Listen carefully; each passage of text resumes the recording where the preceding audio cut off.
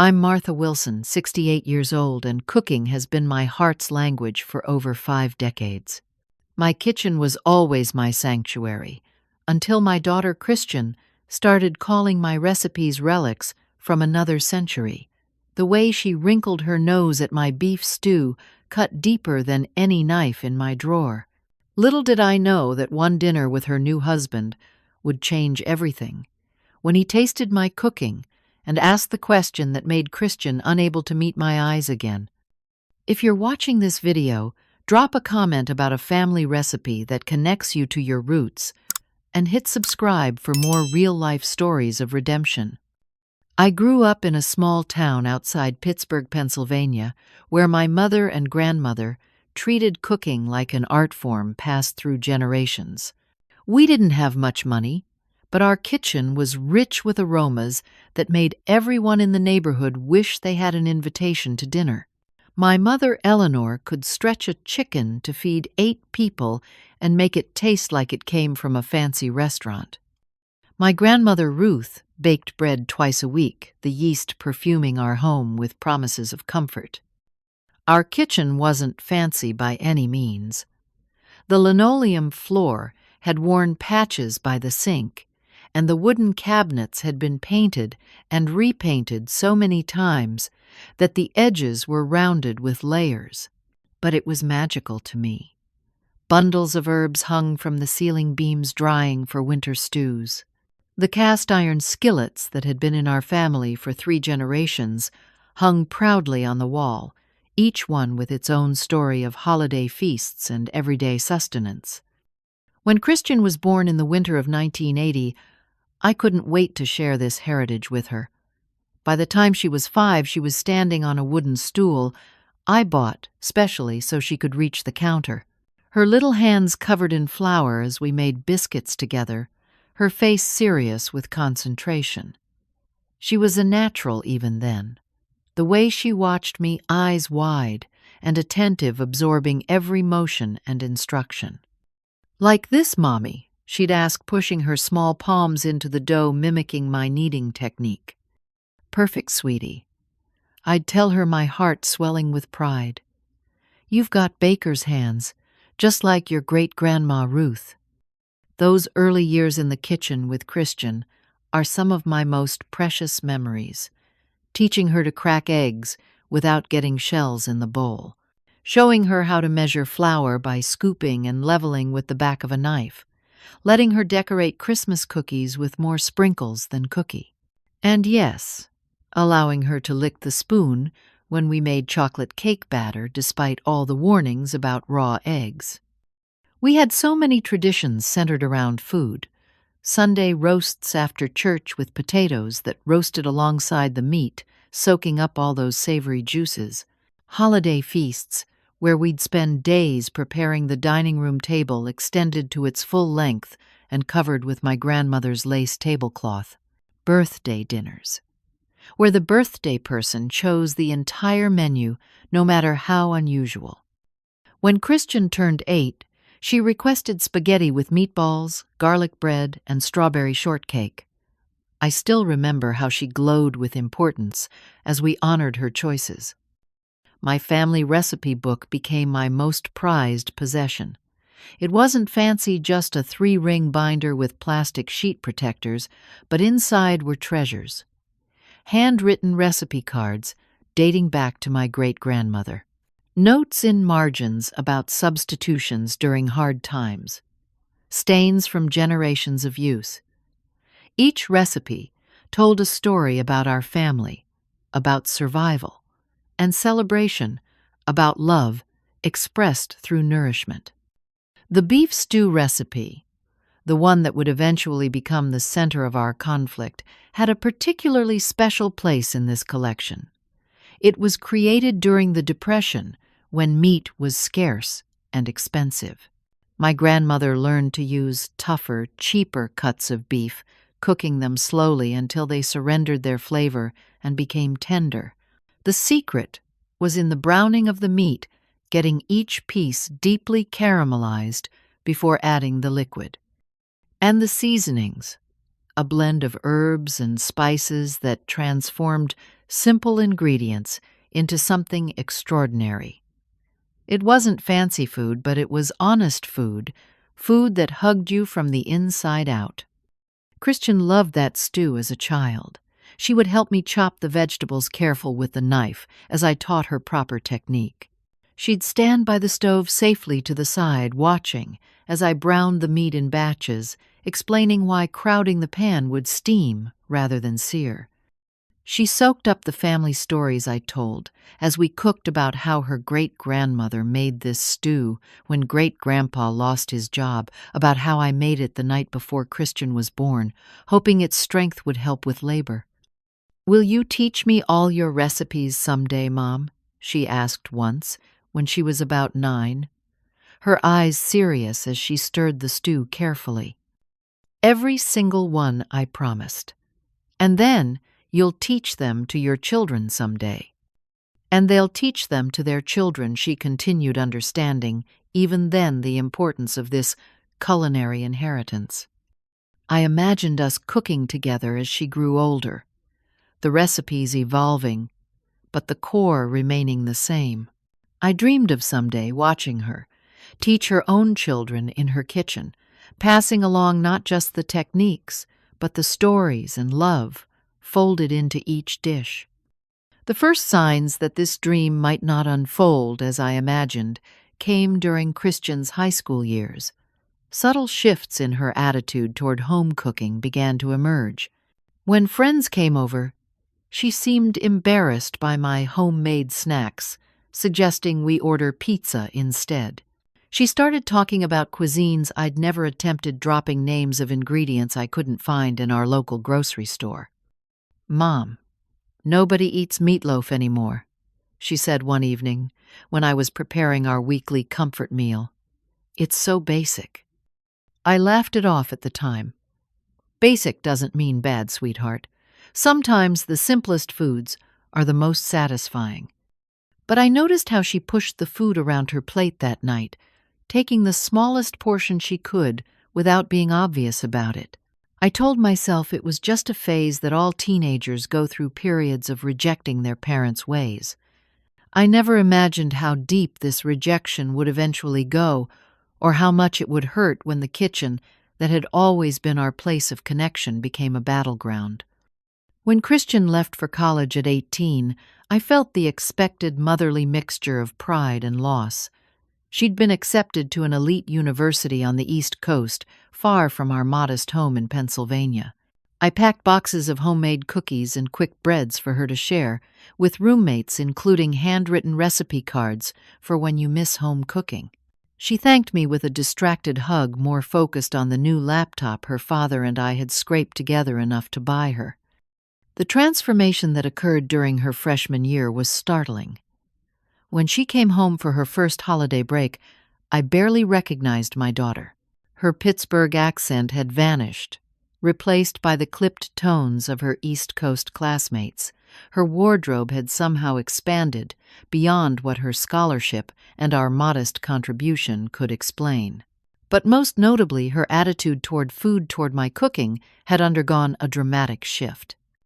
I had spent 3 days preparing her homecoming meal, making all her childhood favorites. The beef stew simmered all day, filling the house with familiar aromas. Fresh bread cooled on racks. Apple pie, her favorite dessert, waited on the sideboard. Christian walked in, set down her designer luggage, and wrinkled her nose. "Mom, what's that smell?" she asked, though she knew perfectly well. "Your favorite beef stew," I answered, wiping my hands on my apron and moving to embrace her. "I've been cooking all day." She returned my hug briefly before stepping back. "It's so heavy, don't you think? All these rich, dense foods. Everyone's eating lighter now, more sophisticated options." The word sophisticated hung in the air between us, drawing a line between her new world and our old one. That night at dinner, she took small portions and talked about restaurants she'd discovered near campus places, with waiting lists, months long, and prices that made me wince. "You should try making risotto, Mom," she suggested, as though introducing me to indoor plumbing. "Or perhaps a nice Pinot. Fish is so much healthier than all this red meat." I smiled and nodded, hiding my hurt. After she returned to school, I checked out cookbooks from the library, watched cooking shows, and subscribed to food magazines. I was determined to bridge this new gap between us, to show her that I could adapt, that my cooking wasn't stuck in the past. Meanwhile, Christian's social media accounts filled with photos of elaborate restaurant meals, tiny portions on massive white plates, foods I couldn't pronounce, expensive restaurants where the lighting was designed to make everything look like art. Never once did she post a picture of anything I had cooked, as though our family food wasn't worthy of being seen.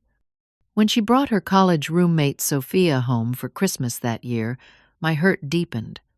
Sophia came from real money, old money, the kind of family that employed a professional chef. I had prepared what I thought was an impressive holiday meal, incorporating some new techniques I'd learned.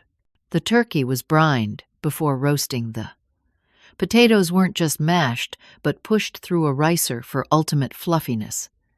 The green beans were blanched to maintain their color.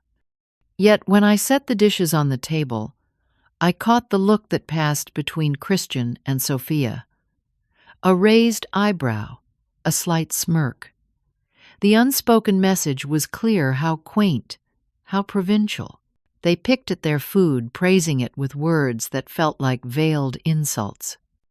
"It's so rustic," Sophia said in a tone that suggested rustic was one step above inedible.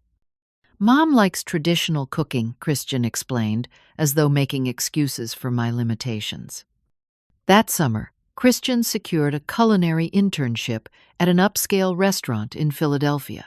She came home only for a brief visit, during which she spoke in a new language that seemed designed to establish her superior knowledge. My cooking was one-dimensional. It lacked depth. The flavors were pedestrian. Each word was a small cut, precise as a paring knife. I began to doubt myself in the kitchen for the first time in my life. I signed up for cooking classes at the community center, learning techniques that had never been part of my family tradition: French sauces, Asian stir-fry methods, Mediterranean ingredients. I practiced and experimented, hoping to impress Christian with my willingness to evolve. One evening during her senior year, during a rare visit home, Christian and I had our first real argument about food. I had prepared a coq au vin, laboriously following a famous chef's recipe. It wasn't a dish from our family tradition, but I thought she would appreciate my venturing into more sophisticated territory. "It's fine, Mom," she said after a few bites, setting down her fork.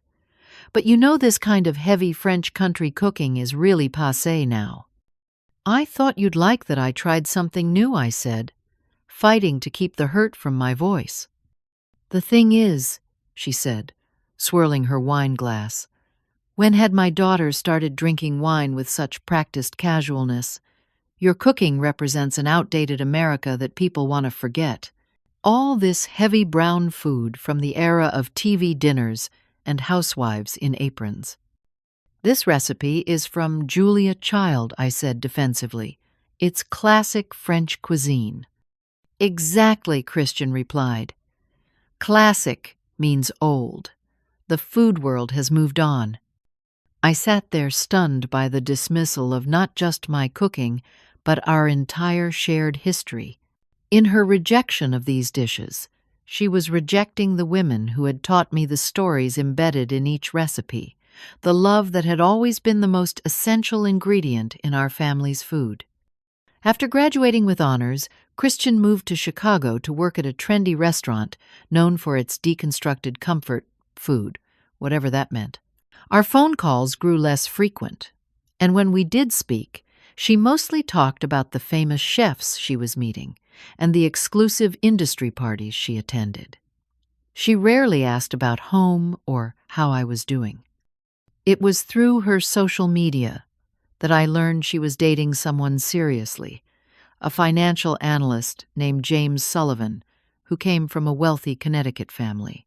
Their photos together showed them at wine tastings, gallery openings, and restaurants with Michelin stars.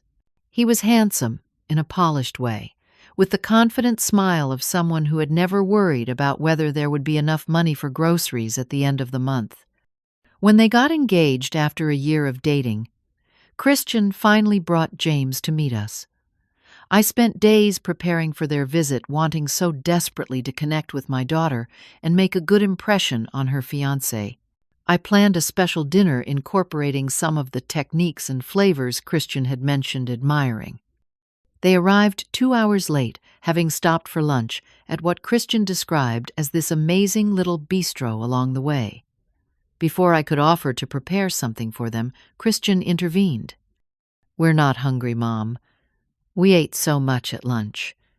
Maybe just some sparkling water." "I thought I'd make my special roast chicken for dinner," I said, already feeling my carefully laid plans crumbling. "Oh, James is more of a sushi and ceviche person," Christian said quickly. "He doesn't really do roast chicken." James looked uncomfortable, but didn't contradict her.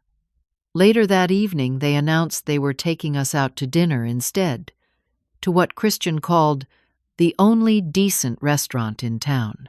She insisted on ordering for the table, dismissing my father's desire for a steak and my preference for fish. The meal cost more than our monthly grocery budget, and I couldn't help noticing that despite all its elegance, it left me feeling strangely unsatisfied. As their wedding approached, I tentatively offered to contribute some family recipes to the reception menu, perhaps cookies for the dessert table, or my mother's famous deviled eggs for the cocktail hour. Christian's response was swift and cutting. "Mom's food is stuck in the 1950s, she told James in front of me as though I wasn't present. All Jell-O molds and mayonnaise salads. I had never made a Jell-O mold in my life. The caterer is a James Beard Award finalist," she continued. "We're going for a much more elevated experience." The term elevated became Christian's favorite word, a weapon used to create distance between her new life and her roots. Nothing from her childhood, certainly nothing I cooked, was ever elevated enough for her new world. The most painful comment came during a phone conversation about the rehearsal dinner. I had suggested a restaurant near the wedding venue that served excellent home-style cooking, thinking it might be a comfortable choice for out-of-town relatives. "Mom, seriously," Christian had sighed. "We can't serve that kind of food to James's family. It smells like poor people food." The word struck me silent. Poor people food. Was that how she saw our family table now? As something shameful, something that revealed our economic status? The table where she had once eaten happily, where she had learned to stir and taste and love food, was now something to be embarrassed about. The wedding itself was a lavish affair at a historic mansion catered by a celebrity chef Christian had worked with briefly. Not a single family recipe made an appearance. The food was beautiful but strange tiny portions, arranged like abstract art flavors, combined in ways that confused rather than comforted. I smiled and praised everything, wanting only to support my daughter's happiness. But inside I mourned the loss of our shared food language. After Christian and James settled into married life in their luxury condo, I visited once bringing homemade chocolate chip cookies, the ones that had once been Christian's favorite after-school snack. She thanked me politely and placed them on a counter. The next morning, I noticed the entire container in the trash, untouched, partially covered by coffee grounds, as though she'd tried to hide the evidence. 6 months later, Christian invited us to a dinner party at her home. I was hopeful this meant a thawing in our relationship, a chance to find common ground again. The apartment was immaculate, decorated in a minimalist style that made me afraid to touch anything. The other guests were colleagues from the restaurant industry and friends of James from the financial world.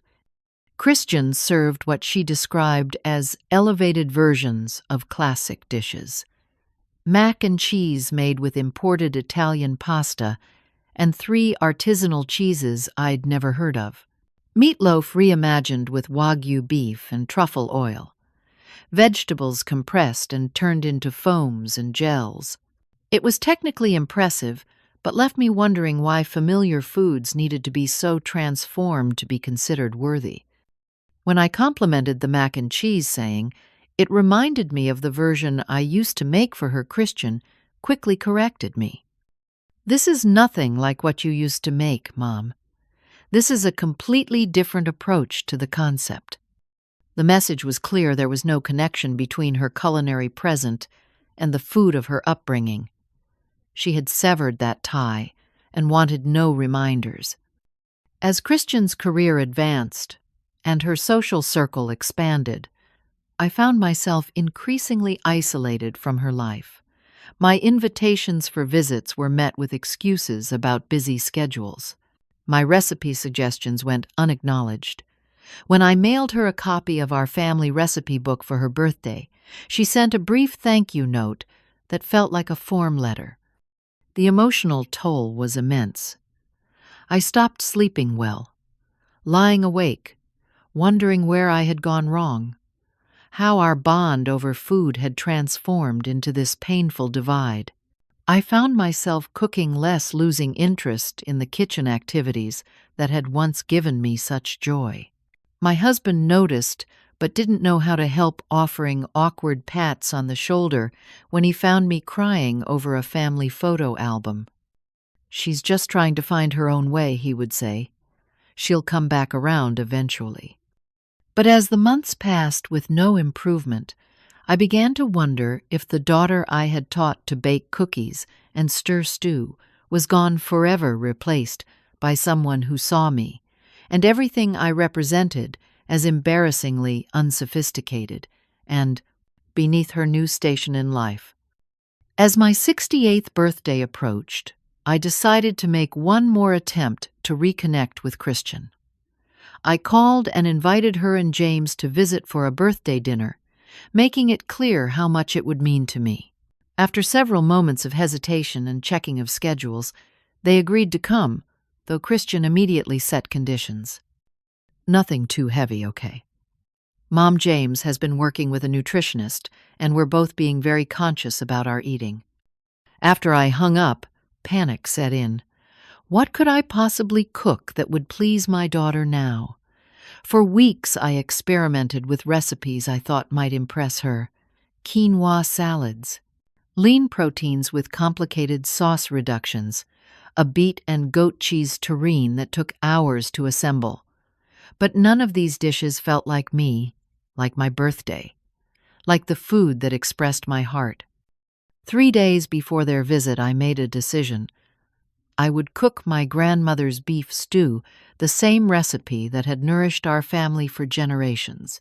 If Christian couldn't accept me as I was, couldn't respect the culinary tradition that was part of her heritage, then perhaps it was time to stop trying so hard to bridge a gap she seemed determined to maintain. The morning of the dinner I shopped for ingredients with care, selecting the best vegetables, the freshest herbs, the highest quality beef my budget allowed. Back in my kitchen, I felt a sense of rightness as I began the familiar process. I trimmed and cubed the beef, seasoning it generously with salt and pepper. In my heaviest cast-iron Dutch oven, I heated a combination of butter and oil until it shimmered. Working in small batches to ensure proper browning, I seared the meat on all sides until it developed a deep mahogany crust. The sound of the sizzle, the rich aroma that filled the kitchen as each piece caramelized, brought back a flood of memories.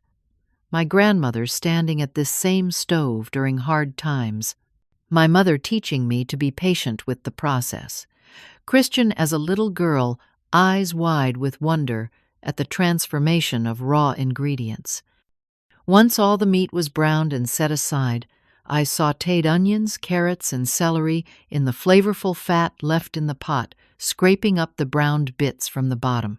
When the vegetables had softened, I added minced garlic and tomato paste, letting them cook just long enough to remove the raw taste. A generous splash of good red wine went in next to deglaze the pot, releasing even more of those precious browned bits. The meat went back into the pot along with fresh herbs tied in a bundle bay leaves and rich beef stock. I brought it all to a gentle simmer, adjusted the seasoning, and put the covered pot into a low oven where it would cook slowly for hours, the tough collagen in the meat gradually breaking down into gelatin, creating a sauce with body and depth. The familiar rhythm of preparing this dish settled something in me, a reconnection to my authentic self after so much doubt. I set the dining room table with care, using my mother's china, the good silver that rarely came out of its storage chest crystal water glasses that had been a wedding gift. A small arrangement of flowers from my garden served as a centerpiece. Everything was simple but beautiful, honest in its presentation.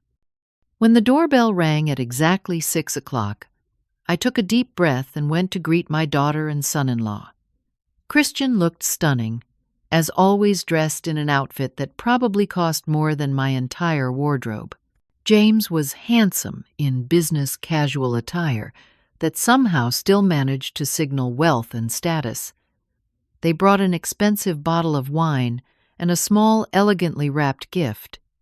Christian's nose wrinkled the moment she stepped into the house. "Oh, Mom," she said, disappointment evident in her voice. "You made the stew." "I did," I confirmed, refusing to apologize. It seemed right for the occasion. She exchanged a glance with James that clearly communicated her embarrassment. "I thought we talked about lighter options." "It's my birthday," I said simply. "This is what I wanted to cook." James stepped forward, diffusing the tension. "Whatever you've made smells wonderful, Martha. I'm looking forward to trying it." In the dining room, Christian continued her subtle campaign of disapproval, making a show of taking only a very small portion of the stew and a larger amount of the side salad I had prepared.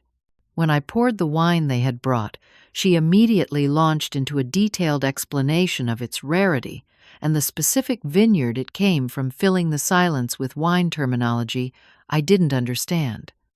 "This is what people ate during the Great Depression, Mom," she said, when there was finally a lull in her monologue, gesturing toward the stew with her fork. "It's hardly special occasion food." Before I could respond, James took his first bite of the stew. He chewed thoughtfully, then took another bite and another. His expression changed subtly, showing surprise and then genuine pleasure. He continued eating in silence, while Christian watched him with growing discomfort. "Would you like some more bread?" James the First offered, noting that he had used his to soak up some of the rich gravy. "Yes, please," he said, reaching for the basket. "This is really excellent, Martha. The meat is so tender, and the sauce has so much flavor." Christian shifted in her seat. "It's just beef stew, James. Nothing fancy." "Sometimes the best things aren't fancy," he replied, helping himself to more stew without waiting for Christian to comment further. The silence that followed was thick with tension. When James requested a second full serving, Christian's discomfort was palpable. She pushed her own barely touched portion around her plate, creating the illusion of eating without actually consuming much.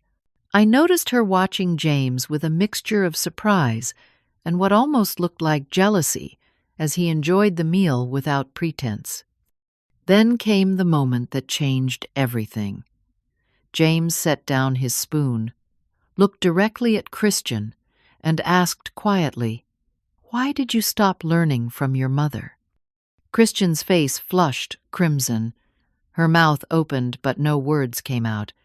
She couldn't look at James, and she certainly couldn't look at me. The question hung in the air between us, simple but devastating in its accuracy. In that moment, the carefully constructed facade of sophistication she had built cracked, visibly revealing the insecurity beneath. "I don't know what you mean," she finally managed her voice, uncharacteristically small. "This food," James said, gesturing to his nearly empty plate. "It's honest and delicious. There's skill and wisdom in making something this good from simple ingredients. I would have loved to learn cooking like this from my family." Christian stared at her water glass, unable to form a response. The silence stretched uncomfortably until I thought I might have to rescue her from it despite my own hurt feelings. But before I could speak, James continued changing the subject to spare her further embarrassment, but the damage was already done. The question had been asked, and Christian's inability to answer spoke volumes. For the remainder of the meal, she was uncharacteristically quiet, the usual stream of culinary name-dropping and restaurant anecdotes conspicuously absent. When I brought out a simple apple crisp for dessert served warm with vanilla ice cream, she didn't offer a single critique about how it could have been elevated. She merely accepted her portion and ate in silence, avoiding my eyes and responding to James's attempts at conversation with single-word answers. The perfect image she had worked so hard to project had been punctured by a simple question from the person whose approval she most wanted, and I found myself feeling not triumph at this development, but a complex mixture of vindication and sadness. The distance between us had never been more obvious, but perhaps this moment of truth was the first step toward closing it. As we sat with our coffee after dessert, the uncomfortable silence threatened to swallow the evening whole. Christian stared into her cup as though it contained answers to questions she'd never thought to ask. James cleared his throat, seeming to recognize that someone needed to break the tension. "My grandmother made the most amazing pierogies," he said, his voice warm with memory. "She was from a small town in Poland and barely spoke English, but in her kitchen she was fluent in the language of food." I seized the opportunity. "What kind of fillings did she use?" "Potato and cheese was the family favorite," James replied, smiling. "But she also made sauerkraut ones for my grandfather and sweet ones filled with plum jam. The dough was so thin you could almost see through it, but it never broke during cooking. I used to watch her hands as she worked, wondering how they knew exactly what to do." Christian glanced up, surprised at this revelation from her husband. "You never told me your grandmother taught you to cook." "She didn't, not really," James said, regret evident in his tone. "I watched, but I never asked her to show me how to make them myself. I always thought there would be time later. When she passed away, all those recipes went with her. No one in my family had bothered to learn them." He turned to me. "That's why I asked Christian that question earlier. When you taste food made with that kind of generational knowledge, you recognize it immediately. There's something different about it. Something that can't be replicated with fancy techniques or expensive ingredients." His words gave me courage. "The stew recipe came from my grandmother," I said. "She created it during the Depression, when they could only afford the toughest cuts of meat, the ones nobody else wanted." Christian looked up, her expression unreadable. "She learned to cook them slow and low until they became tender," I continued. "The wine wasn't part of the original recipe. They couldn't afford it then. But the technique of browning the meat thoroughly was something she insisted on, even when it took precious fuel to do it properly." "How did the recipe get passed down?" James asked, genuinely interested. "My grandmother taught my mother cooking side by side. My mother taught me the same way. I showed Christian when she was little," I said, glancing at my daughter. The recipe card exists, but the real knowledge is in the doing, knowing exactly how dark to brown the meat, how to tell when the stew has cooked long enough, how to balance the flavors at the end. Those things aren't written down. As I spoke, I noticed Christian watching me, really seeing me perhaps for the first time in years. The defensiveness in her posture gradually softened. This recipe has sustained our family through the Depression, World War II celebrations, births, and funerals, I said. It's not just food. It's our history in a pot. Could you show me how to make it? James asked, unexpectedly. The proper technique for browning the meat and everything. Christian's head snapped up, surprise, evident on her face. I could see the conflicting emotions there, jealousy, that James was showing interest in something she had rejected, confusion about how to respond, maybe even a flicker of regret. I'd be happy to. I answered, careful to keep my tone neutral, not wanting to seem triumphant, or to embarrass Christian further. Mom Christian finally spoke, her voice carrying a forced lightness. I'm sure James doesn't really want to spend his time learning to make beef stew. He's just being polite. Actually, I'm serious, James said, looking directly at Christian. I'd like to learn. I've always regretted not learning my grandmother's recipes before she was gone. Christian's expression tightened. It's just peasant food, she said dismissively, falling back on the culinary elitism that had become her shield. I felt a surge of something I hadn't allowed myself to feel in years around my daughter's anger. Not the hurt kind that had been simmering for so long, but a clear, righteous indignation on behalf of all the women in my family line who had cooked with skill and love despite limited resources. These recipes aren't just food, Christian, I said firmly. They're our history. When you call them peasant food, or say they smell poor, you're dismissing generations of women who created sustenance and joy out of whatever they had available. Your great-grandmother was an artist with a wooden spoon and a cast-iron skillet. She deserves your respect, not your contempt. Christian looked stunned at my directness. For a moment I thought she might storm out or launch a counterattack of sophisticated culinary terminology. Instead, her shoulders slumped slightly. Some things aren't meant to be elevated, James added gently. They're perfect as they are because they've been refined by generations of cooks who knew exactly what they were doing. Christian didn't respond immediately. When she did speak, her voice had lost its practiced confidence. I feel caught between two worlds sometimes, she admitted. The professional kitchen has its own hierarchy and values, and showing appreciation for home cooking can make you seem unsophisticated. It was the first crack in her carefully constructed persona that I'd seen in years, a glimpse of the insecurity that might be driving her rejection of her roots. My anger softened, replaced by a mother's instinctive compassion. There's room in the world for all kinds of food, Christian, I said. The most accomplished chefs understand that. They respect the foundations before they start breaking rules. She nodded slightly, not fully convinced, but perhaps willing to consider the idea. It was a small opening, but after years of growing distance, it felt monumental. For the first time in a long time, we were having a real conversation about food that wasn't laden with judgment and defensiveness. As they prepared to leave that evening, Christian hugged me briefly. It wasn't the warm embrace we used to share, but it wasn't the air kiss of recent years either. "Happy birthday, Mom," she said. "Thank you for dinner." It wasn't an apology or a revelation, but it was something.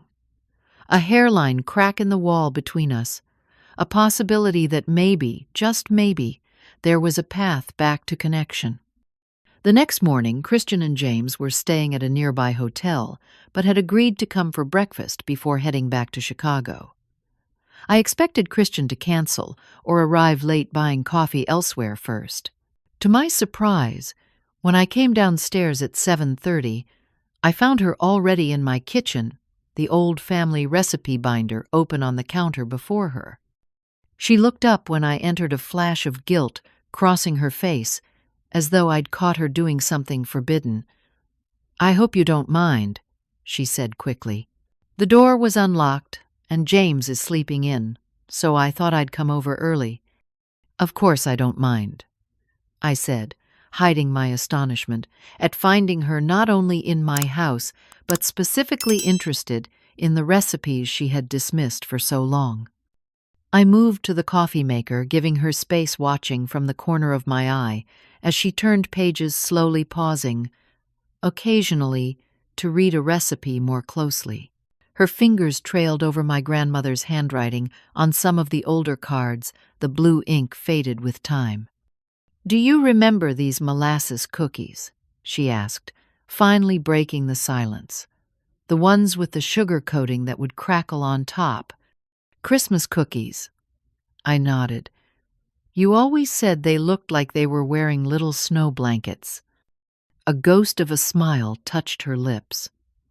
"We made them every December. You let me roll the dough balls in the sugar. You were very thorough about making sure they were completely coated," I said, the memory suddenly vivid. "You had such careful little hands." Silence fell again, but it felt different than the strained quiet of recent years. Christian continued turning pages, stopping at a recipe for potato soup. "Why didn't you ever publish these?" she asked suddenly. "Or at least type them up properly? Some of these are hard to read now." The question caught me off guard. I never thought about it. These weren't meant for the public. They were just for family. "But they're good recipes," Christian insisted. "The techniques are solid. The flavor combinations work." I brought 2 cups of coffee to the counter, sliding one toward her. They served their purpose, feeding people we love with food that tastes like home. Christian wrapped her hands around the mug but didn't drink immediately. She seemed to be gathering courage for something. When she finally spoke, her voice had lost the practiced sophistication she usually maintained. "Mom, why do you think I rejected all this so completely?" she asked, gesturing toward the recipe book. It was a question I'd asked myself 1,000 times, but hearing it from her was startling. "I thought you were embarrassed by me," I answered honestly, "by where you came from. That once you tasted what the wider world had to offer, our food seemed provincial and unsophisticated." She stared into her coffee. "There's some truth to that," she admitted, "but it was more complicated. When I got to culinary school, everyone else seemed to come from foodie families. They talked about growing up eating duck confit and knowing the difference between Burgundy and Bordeaux wines. I felt like such a fraud." "So you reinvented yourself?" I said, understanding dawning. She nodded. "I couldn't compete with their background, so I decided to reject mine entirely. I convinced myself that I needed to be completely different from you to succeed." Every time someone in the kitchen made a joke about Middle America and meat and potatoes, I laughed the loudest while dying inside. The pain in her voice was palpable, and I felt a rush of sympathy for the young woman caught between worlds, trying desperately to belong in a new one by severing ties with the old. "I was so awful to you," she continued, looking up with tears in her eyes, "especially that comment about your food smelling poor. I don't even know why I said that. I just kept pushing you away, saying more and more hurtful things." It hurt, I acknowledged, not wanting to diminish the pain those years had caused, especially because cooking was always how I showed love. "I know," she whispered, "and I threw it back in your face. I'm so sorry, Mom." The apology hung in the air between us, simple but profound. Not a complete healing, but a beginning. "I've missed you," I said, Not just seeing you, but really connecting with you, cooking together. Christian wiped away a tear. Would you, would you show me how to make those molasses cookies again? I've actually tried to recreate them in my kitchen, but they never turn out right. The request, so tentative and genuine, melted years of hurt. I'd love that, I said. We can make them right now if you want. And so we began moving around my kitchen in a dance that was both familiar and new. I showed her how to measure the molasses the way my grandmother had taught me, letting it pour into the measuring cup, and then using the same spoon for the oil so it would slide out cleanly. We talked about why we sifted the dry ingredients together and the importance of chilling the dough properly. As Christian rolled the dough between her palms, forming perfect spheres before coating them in sugar, I noticed something remarkable happening. Her professional chef persona fell away, replaced by muscle memory from childhood. Her hands remembered what her mind had tried to forget. Like this, she asked at one point, looking up with an expression I hadn't seen in years, one that sought my approval and validation. Perfect, I assured her. You haven't lost your touch. We were sliding the first batch into the oven when James appeared at the kitchen door, his hair still rumpled from sleep. Something smells amazing, he said, smiling at the scene before him. Mom's teaching me to make the molasses cookies from when I was little. Christian explained, a note of shy pride in her voice. James's face registered surprise, but he quickly masked it with a smile. Can I help with the next batch? Pull up a chair, I invited. There's plenty of dough left. As the three of us worked together, the conversation flowed more naturally than it had in years. Christian told stories about her early days in professional kitchens, the disasters and triumphs without the name-dropping and status consciousness that had characterized her talk for so long. James shared more memories of his grandmother's cooking, the comfort it had provided during difficult times in his childhood. When the cookies came out of the oven, perfect with their crackled tops and soft centers, Christian took the first bite with closed eyes. That's it, she said softly. That's exactly how I remember them. We spent the rest of the morning cooking together, moving from cookies to biscuits. Christian's hands, remembering the feel of cutting cold butter into flour until the mixture resembled coarse crumbs. It wasn't perfect.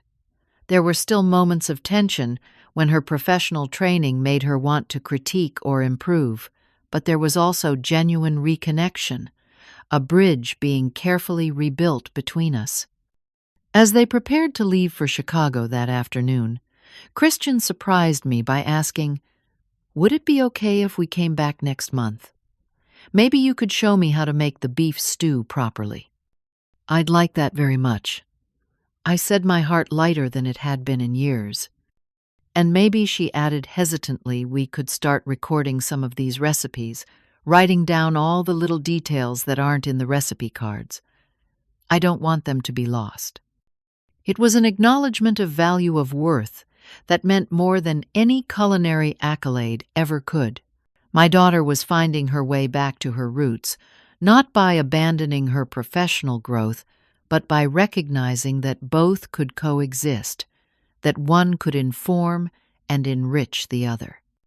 As I waved goodbye from the porch, I felt hopeful for the first time in years. The meal that had begun with such tension had somehow become a turning point, a chance to heal wounds I'd feared would never close. All because a simple question had been asked at just the right moment: why did you stop learning from your mother? Over the next 6 months, something remarkable happened. Christian and James began visiting regularly, at least once a month, specifically for what Christian called cooking sessions.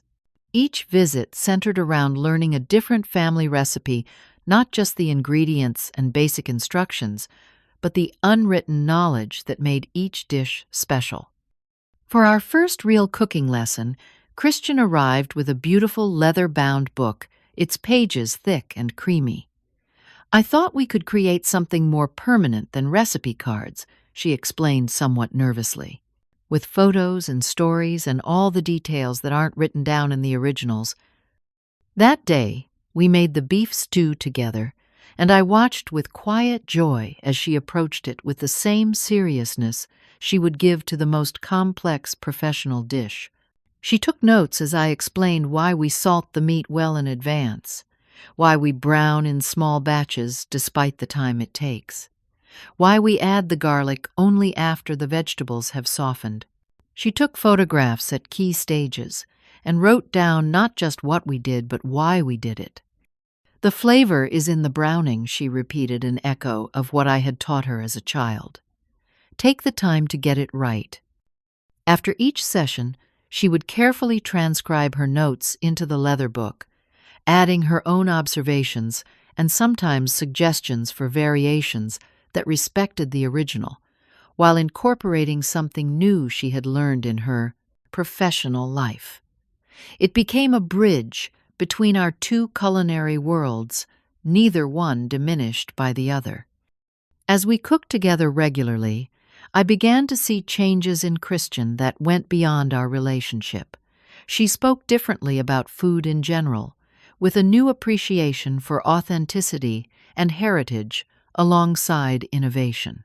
The dismissive tone that had characterized her comments about simple food disappeared, replaced by genuine curiosity about the cultural and historical contexts of different culinary traditions. "I've been thinking about what you said," she told me one afternoon as we shaped dinner rolls together, "about these recipes being our history. I think I understand that better now." She explained how she had begun researching the historical conditions that shaped various regional American cuisines, the economic and social factors that influenced what people ate and how they prepared it. "There's so much wisdom in these traditional techniques," she said. "Solutions to problems of preservation, of stretching ingredients, of building flavor with limited resources." The leather recipe book grew thicker, with each visit becoming not just a collection of recipes, but a family history told through food. Christian insisted on capturing the stories behind each dish, the memories associated with them, the occasions where they had featured prominently in family gatherings. 6 months after our reconciliation began, Christian invited us to her home in Chicago for dinner. I entered her kitchen with some trepidation, remembering the last such invitation when every dish had been an elevated version of something familiar deliberately distanced from its origins. This time, however, the aroma that greeted me was unmistakable. "You made the stew," I said, surprised and touched. Christian nodded, a mix of pride and nervousness on her face. "I followed our recipe. Exactly no chefy modifications. I wanted to see if I could reproduce it properly." That evening she served my beef stew to her friends, a mix of restaurant colleagues and other young professionals. But instead of the apologetic or dismissive introduction I might have expected in the past, she spoke about the dish with pride and respect. "This is my great-grandmother's recipe," she told her guests. "It survived the Depression and has been passed down through 4 generations of women in my family. My mother taught me the proper technique for developing the flavor through careful browning of the meat." I watched in amazement as she described the dish not as rustic or basic, but as authentic, storied, and soul-satisfying. Her friends responded with genuine enthusiasm, several asking for the recipe, others sharing memories of dishes from their own family traditions. The transformation continued in ways I hadn't anticipated. Christian invited me to give a guest talk at a cooking class she was teaching at the community center. The topic was heritage cooking techniques and wisdom from previous generations. Standing before the class, I felt nervous until I saw Christian's encouraging nod from the back row. I spoke about cooking through hard times, about the creativity born of necessity, about the ways women had preserved culinary knowledge when their contributions were often overlooked by history. Afterward, Christian introduced me to her colleagues as her original culinary instructor, a title that brought unexpected tears to my eyes. The daughter who had once been embarrassed by my cooking was now publicly acknowledging its value and influence. Perhaps the most surprising development came 3 months later, when Christian announced her plans to open a new restaurant. Unlike the trendy establishments she had worked in previously, this one would feature what she called generational cuisine dishes that honored American culinary heritage while subtly updating them for contemporary tastes. "The menu will change seasonally," she explained excitedly, "but the core will be dishes that tell a story about American families and how they fed themselves through different historical periods. We'll source ingredients locally and use traditional preservation methods alongside modern techniques." The concept reflected Christian's new understanding that innovation doesn't require rejection of the past, that the most meaningful creativity often builds upon a foundation of traditional knowledge. She had found a way to integrate her professional ambitions with respect for her roots. As our relationship healed, I saw changes in myself as well. The hurt and resentment that had weighed on me for years gradually lifted. I rediscovered joy in my kitchen, experimenting again with new recipes while still honoring the old ones. I felt proud of my culinary heritage in a way I hadn't allowed myself to feel when Christian was rejecting it so thoroughly. James became an unexpected ally in this healing process. Unlike Christian, he had no professional stake in food culture, no culinary ego to protect. His appreciation for family cooking came from a place of genuine enjoyment and respect for tradition. He often acted as a bridge between Christian and me when old tensions threatened to resurface, gently reminding her of the value in simplicity, praising the depth of flavor achieved through time-honored methods.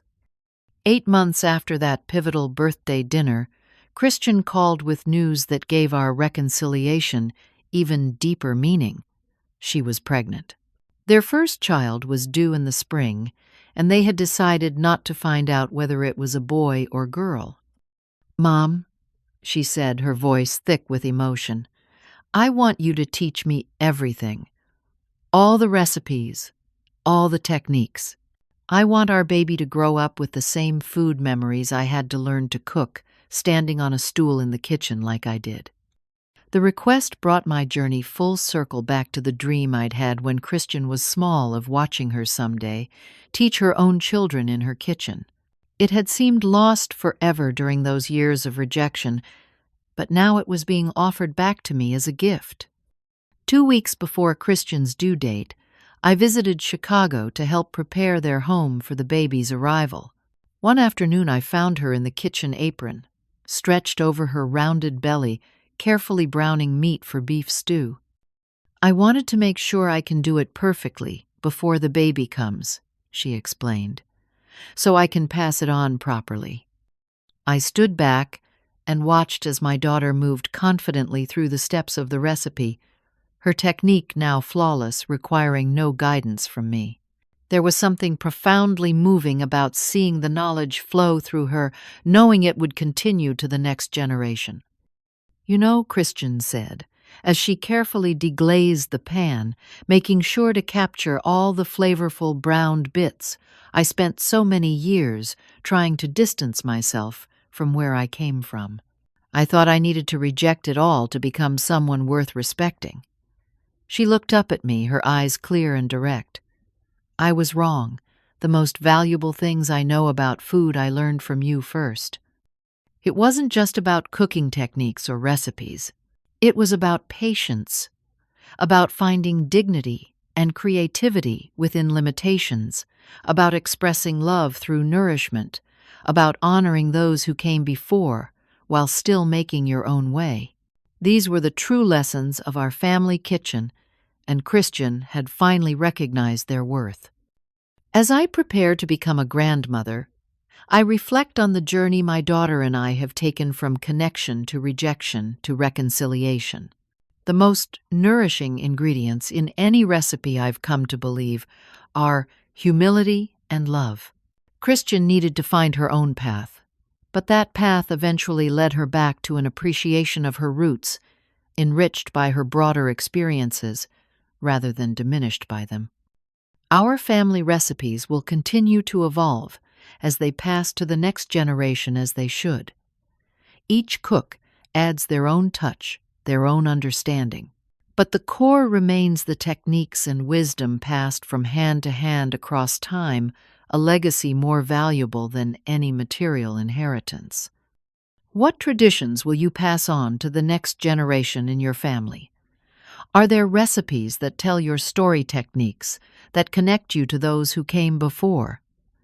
I hope you'll take the time to preserve them, to cook alongside the people you love, creating not just meals, but memories that will nourish hearts as well as bodies for years to come. If this story touched you, please hit like and subscribe for more tales of family forgiveness and finding our way back to what matters most. And share in the comments a special family recipe that means the world to you. I'd truly love to hear about the dishes that have shaped your own story.